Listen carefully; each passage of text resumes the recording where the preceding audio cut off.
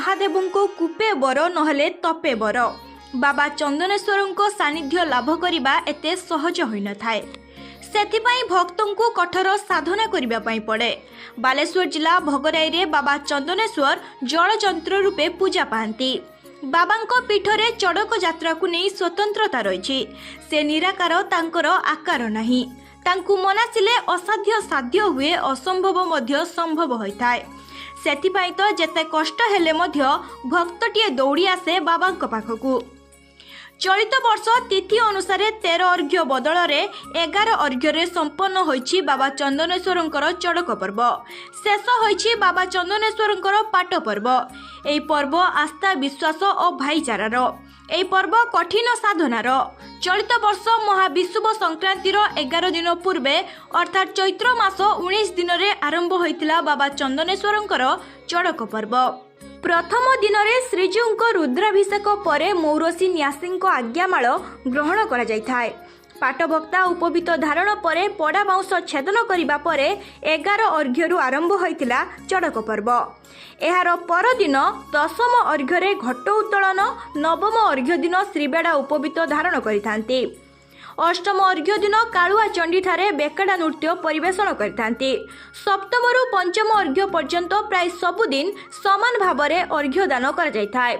चतुर्थ अर्घ्य दिन बाबा चंदनेश्वर विवाह निमंते भटपुर स्थित कामिनी पिता घर को कन्या स्वीकृति पाई निमंत्रण पाटभक्ता श्री बेकेड़ी और देउलिया जाइथांते। तृतीय अर्घ्य रात्रि रे समस्ते सेवायत घर को जीवा परे शिव कामिनी विवाह रे बरजात्री मान्य समस्त को निमंत्रण कर जाइथाय। भोलानाथ को तपस्या करी बर रूपे पाइतिबा कामिनी भटपुर ग्रामर एक माली घरे जन्म नियंती। बर बेश साजिछंती बाबा चंदनेश्वर। मंदिररू शिवंको प्रतिभू को नहीं पाटभक्ता श्री बेकेड़ी और भक्तगण भटपुर जाती। सेठारे पूजार्चना करिबा परे भक्त पशु पिशाचंक सह विराट पटुआर रे आसी गर्भगृह मध्यरे प्रवेश करिथांती। गर्भगृह मध्यरे गुप्तरे विवाह होइताय। बाबांको विवाह रे विभोर होई जांती भक्तगण।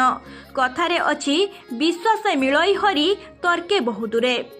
खास सेथिपाई तो कहीं केते दूर भक्तटिए दौड़ी आसे त्रिलोचंक पाखकु। भक्त पैता धारण करी परे रखिबा परे प्रतिदिन संध्यारे पाटभक्ता श्री बेकेड़ी हाथरू पाइथांती अर्घ्य पानी। आउ एई पानी पाइले मनस्कामना पूरण हुए बोली विश्वास मध्य रहिछि। पुराण साक्षी रहिछि सबुबेले भक्तरे हुअंती भगवान। एहाकु प्रमाण करिबा पाई गंगा और पार्वती उपस्थिति थाउ थाउ अगचरे कामिनी भली राक्षसुणी को विवाह करितिले देवदेव महादेव। दिन जाक उपवास करितिबा व्रतधारीटीए अमृत स्वरूपी अर्घ्य पानी को चातक भली बसी थाए।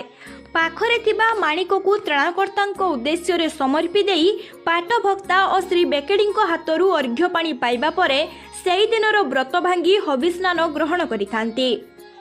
किए पुओ चाकरी पाई मानसिक करिछि तो अन्य किए संतान पाई मानसिक करिछि तो आउ पुणी किए मनस्कामना पूरण परे मानसिक सुझेइबा पाई आसिछि। एई अर्घ्य पानी पाइले जेते बड़ संकट आसिछि ताहा मोचन हुए बोली विश्वास रहिछि। एभली आस्था विश्वास को भक्तटिए दौड़ी आसिछि भगवानଙ୍କ पाखकु। सागर मंथन बेले बाहरी थिबा हलाहल विष को पान करितिले देवदेव महादेव। सेइथिपाई पाट पर्व पूर्व दिन नील पर्व पालन करा जाय।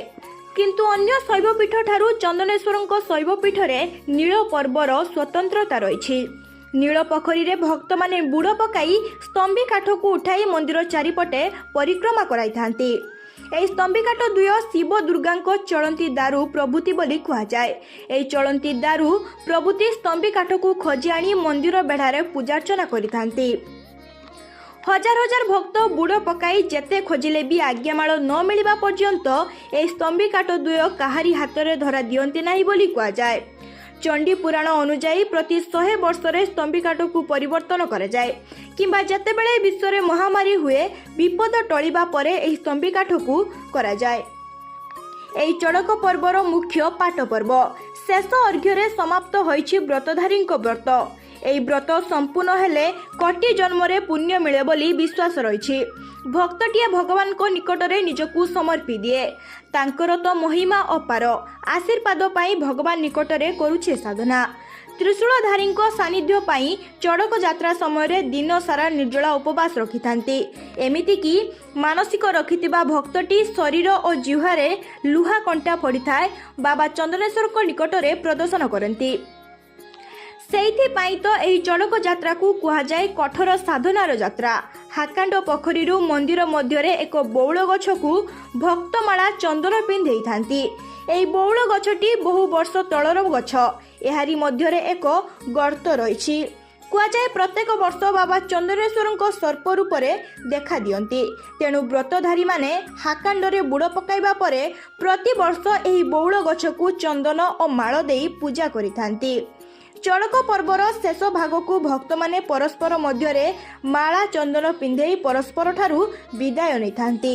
ସେଇଥିପାଇଁ ଏହି ପର୍ବକୁ ମଧ୍ୟ ଭାଇଚାରାର ପର୍ବ ବୋଲି କୁହାଯାଏ। Bureau report ATV।